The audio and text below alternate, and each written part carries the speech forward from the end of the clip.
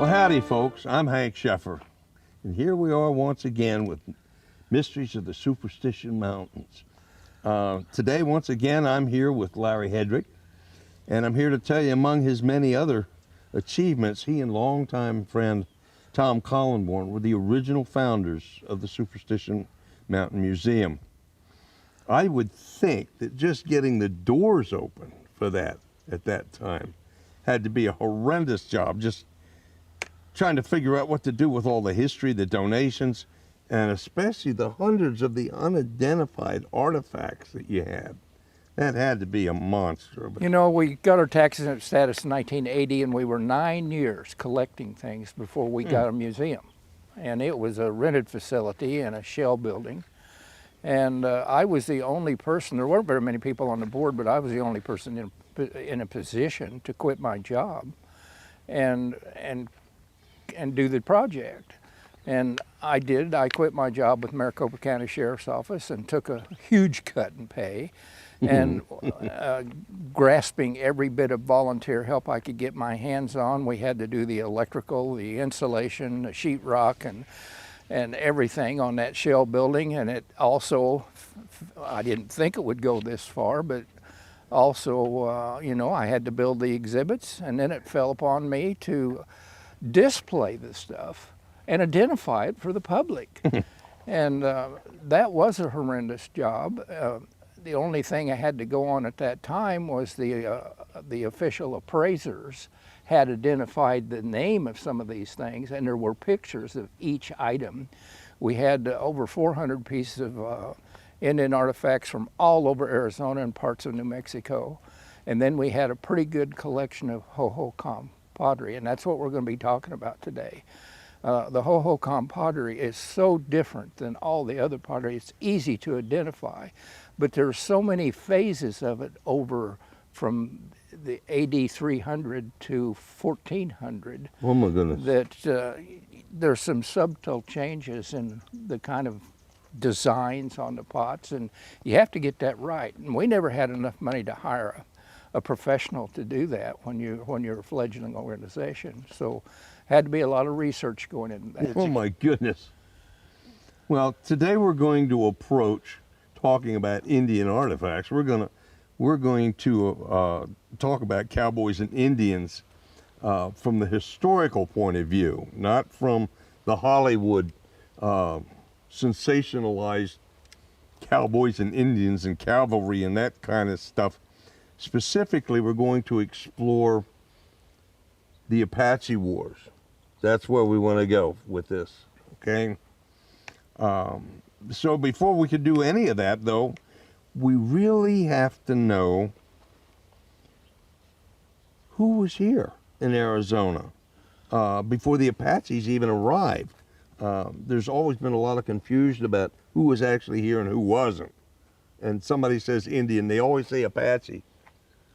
And that's just not right, is it? Yeah, well, the Apaches were not indigenous to Arizona. The original people in Arizona were strictly from Arizona. They weren't scattered all over the place. That was the Hohokam Indians. That's were the Native Americans that were actually here first, although there were a couple of other tribes. And on our map here, the chief location of the Hohokam, the main body of them, was located on the Salt River and the Gila River between Phoenix and Casa Grande. They were some amazing people. I mean, I don't know how their government was formed. I never saw an archaeologist tell me what kind of a government that they had, but these people were close-knit and they cooperated with each other. They had to, because they developed one of the greatest canal systems and irrigation systems on the planet. And there was miles and miles and miles of this stuff. And in fact, on one piece of literature I was reading, it called it, this was the Valley of the Stone Hoe, because we have a picture, a unique piece of slate that's made out of stone, and they used their hands. They just used their hands to dig these canals. And you know, you didn't do it with 2 or 3 people. You had to have thousands of people cooperating to get this done. And then, of course, as the decades went by, or I should say the centuries went by, and their populations grew and they established themselves in that area, they began to expand somewhat from the core location. And most of that was to the east because they went up the Salado River and up the Gila River, took them towards Superstition Mountain. And they actually had a pretty good village right at the west end of Superstition Mountain. I'm calling them flatlanders. There wasn't any mountains involved with Garden Valley, but it was a valley that was pretty flat with a bit of a slope to it where the water run down, and they had their irrigation system set up in there, just you know, and they could grow just about anything they wanted. And as you went just a little bit further east, then you run into the Salado Indians, and they got along fine with these people. The Salado was located up at Roosevelt Lake and in between the Superstition Mountains in the canyons to Roosevelt Lake, and they were cliff dwellers. And there's all kinds of cliff dwellings and stuff. In fact, I think there was 140 documented Indian ruins in the Superstitions that were major ruins. And there had to be twice that many that weren't major ruins. Well, you're saying that was a long time ago. So when did the modern era of tribes actually, as we know them, start to come into being? There again, now the archaeologists were saying that the Hohokam and the associated tribes were driven out or disappeared in 1450. Yet they also tell us that the Pima and the Papago are the direct descendants of the Hohokam. Okay. And the Papago and the Pimas claim that they are the direct descendants. It's not just the archaeologists saying that, they claim that. And so, and as I mentioned, some of the archaeologists are beginning to change their theories somewhat. When I came out here in the 60s, the only thing you could, or the 50s and 60s, the only thing you understood was drought and disease was what killed them all off. Yet 80 years later, in 1534, now remember they disappeared in 1450, but in 1535, the Pimas were fighting with the Spaniards that come in here. At first, they were friendly with the Spaniards, or conquistadors, I guess you'd call them, but they were abused by they were put in the mines and made to work for the Spaniards, and they got fed up with that, and they revolted, and they drove the Spaniards out of their area. So 80 years after the Hohokam disappeared, the direct descendants of the Hohokam are still here. The Hohokam didn't go anywhere. Let me give you a prime example of that. In 1963, not 1863, 1963, 57 years ago, the Papagos decided to change their name. They now call themselves the Tohono O'odham. Well, what do you think? 500 years from now, is some archaeologist going to put out a paper and say, hey, you know, in the 1900s, the Papago just up and disappeared, and we don't know where they went. It must have been a drought. You know. They didn't go anywhere. They just became somebody else. And I'm convinced, yes, drought had an effect on their numbers. Disease had an effect on their numbers. The Apache attacks had an effect on their numbers, but they didn't go anywhere. They just changed their name. They didn't become extinct. They could become something else. So were the Pima, Papago, and Maricopa actually warlike tribes? It sounds like a whole lot of fighting going on with everybody fighting everybody, for Pete's sake. Yeah, you know, you opened this up by saying Cowboys versus Indians. And all I've seen so far is Indians versus Indians. And there was a lot more of it, because after the Pima and the Papago revolted against the Spaniards and drove them out of the area, 25 years later, they banded together with the Spanish to fight the Apaches. Because the Apaches went down into old Mexico, and in northern Mexico, there was hardly a village or a hamlet that hadn't been hit, and they done it all the way up to the Gila River, wiping out several Pima villages. The Pima word for Maricopa is the people towards the river. Well, the Maricopa are all west of the Pimas, so the river they're talking about is the Colorado River. Would have to be. And the Mojave and the Yuma Indians drove the Maricopas out of the Colorado River, and the only choice they had was to come up the Gila River towards the Pimas. And the Yumas, the Mojaves quit fooling with them once they drove them off the river, but the Yumas kept coming after them. And every time they tried to establish themselves, they had to establish themselves along the river. I mean, water was the most crucial thing out here, and the only way you could survive was to follow the river. In fact, you know, even in modern times here, in the 60s in Arizona, we have seen, before they raised Roosevelt Dam, 77 feet, we have seen droughts here that all the water levels in all the lakes, Canyon Lake, Apache Lake, Saguaro Lake, Roosevelt Lake, was so low that the cities like Mesa ordered that you don't wash your cars, you don't water your grass, and the restaurants wouldn't even give you a glass of water unless you asked for it. So that's how crucial water was. In fact, in 1934, there was such a situation that California had built aqueducts from the Colorado River all the way to Los Angeles. And the governor of Arizona sent the National Guard over there and declared war on California. And they commandeered a paddle wheel boat and crossed the river and stopped California from stealing the Colorado water. Because all the water that supplies the Colorado River comes from Arizona and Utah. None of it comes from California, so California was stealing our water. And that, of course, led to the Central Arizona Project, where a canal now runs from the Colorado River through Phoenix all the way to Tucson, so we can use our share of that water.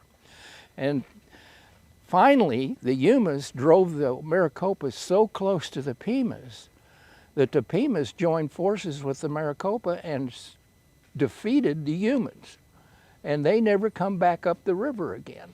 And the Maricopas and Pimas, they lived peacefully from then on. So yeah, they were warlike, but only in self-defense. I saw nowhere where they were out attacking anybody unless it had to be something defending themselves from the Spaniards, from the Yumas, from the Apaches, whatever. So it sounds like Hollywood's going to have to change all those films over again because it's Indians and Indians and there ain't no cowboys around. There ain't no cowboys. So we see the terrible circumstances that are taking place in those early days. When did the Pima actually encounter the American people? And in 1847, still during the Mexican War, the Mormon Battalion was a military unit in uniform with weapons and wagons and stuff like that. They left Council Bluffs, Iowa, and came to Santa Fe, and they had 500 men involved in that, 34 women and some children.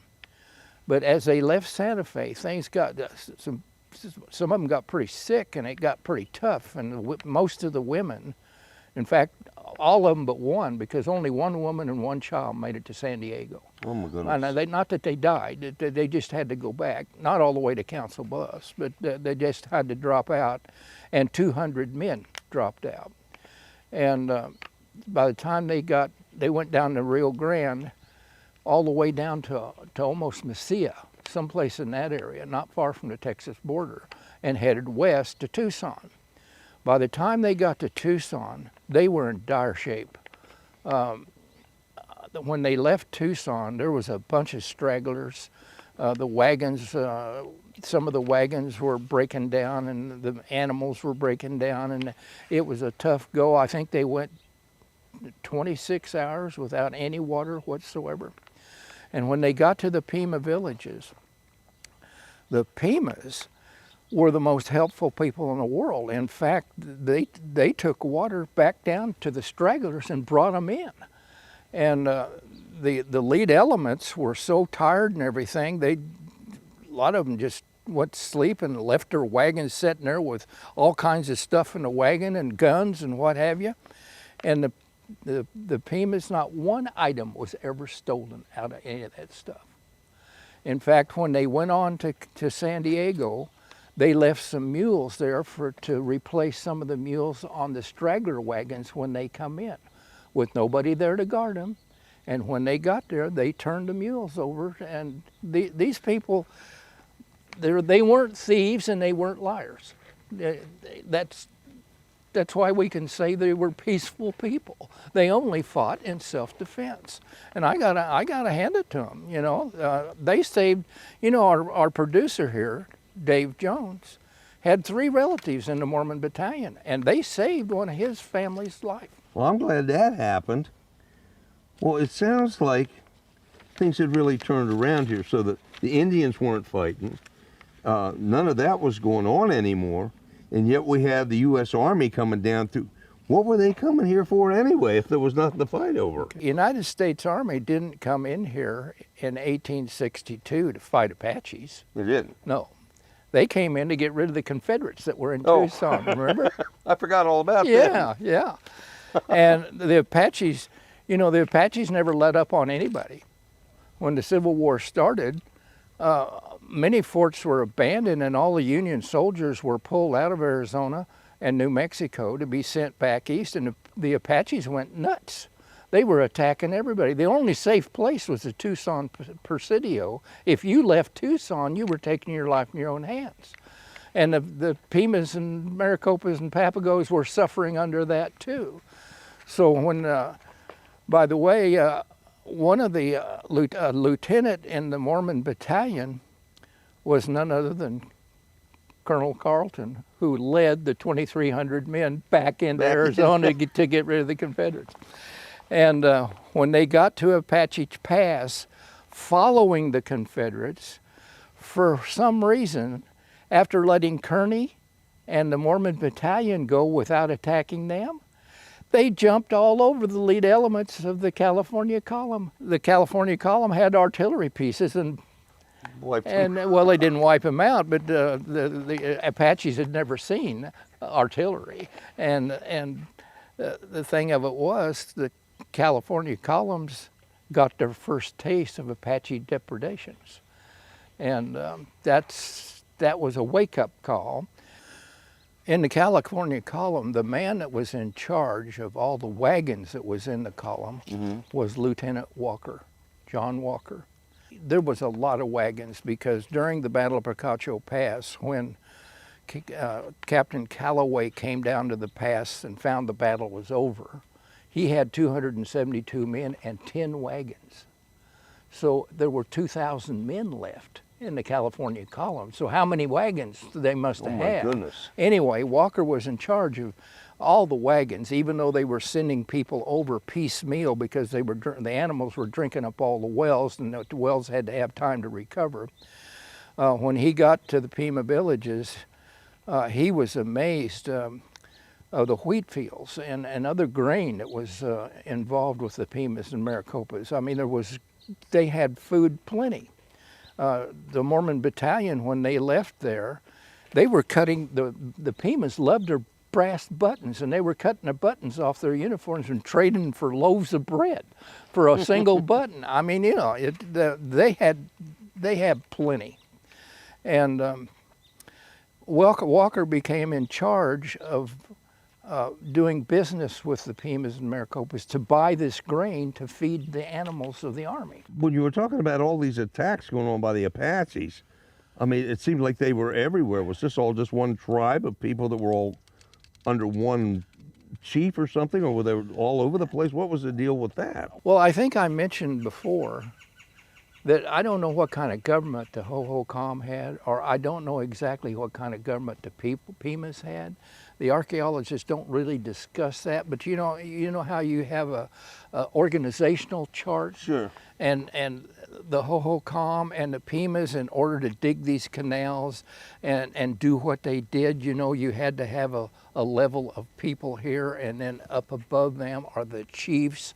You almost had a chain of command. Yeah, there's a chain of command there in order to get all these jobs done and these hundreds of miles of canals dug. There had to be some form of government that allowed that communication to occur.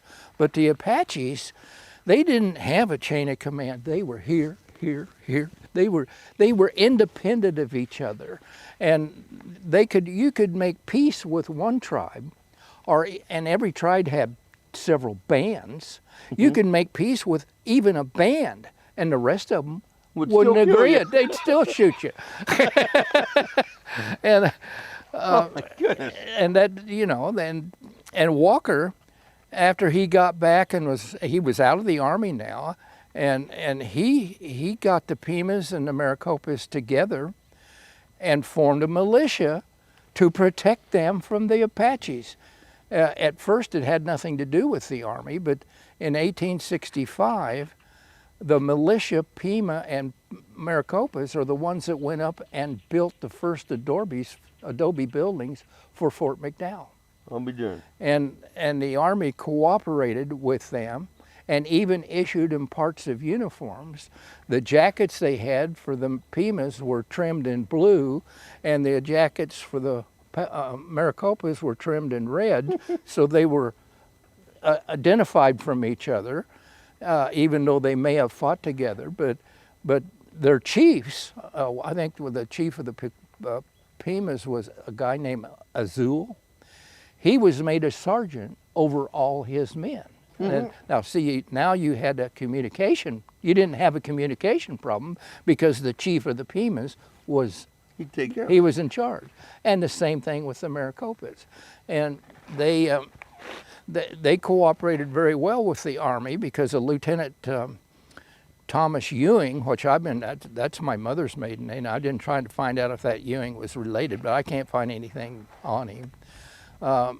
He came down to the Pima villages with a small group of white soldiers, and he formed up with the Maricopas and the Pimas, and Walker, who called himself a captain now of the militia. I mean, he worked with the Pimas, he lived with them, he dressed like them, and he fought with them.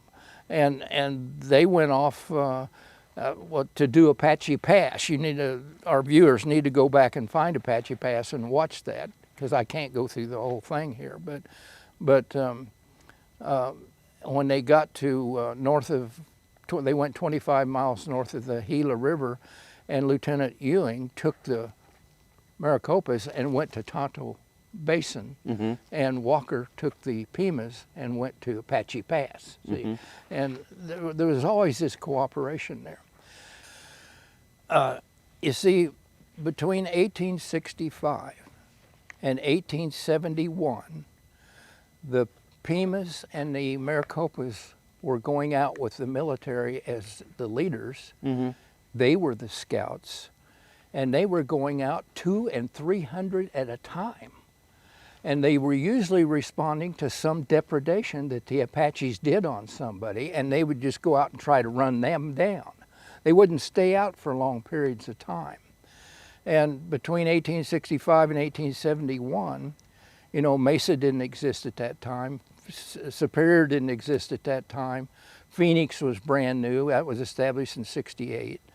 And one of the older cities in Arizona was Prescott in Yavapai County.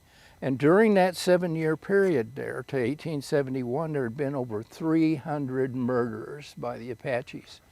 And a couple of thousand horses, mules, and sheep and pigs had been stolen and stuff like that. And some of these depredations were pretty horrible stuff. And yet, on the other hand, it was rare, but on occasion, they stopped somebody, took their horses, took whatever they want, and left them alone. But mostly they butchered them. A lot of torture went on, and that came to kind of an end in 1871 when Stoneman, who was an engineer and was building roads more than anything else, when the Fort Grant massacre took place in 1871, General Grant called that murder because that was 50 Mexicans and nearly 100 Papagos and only 6 white men.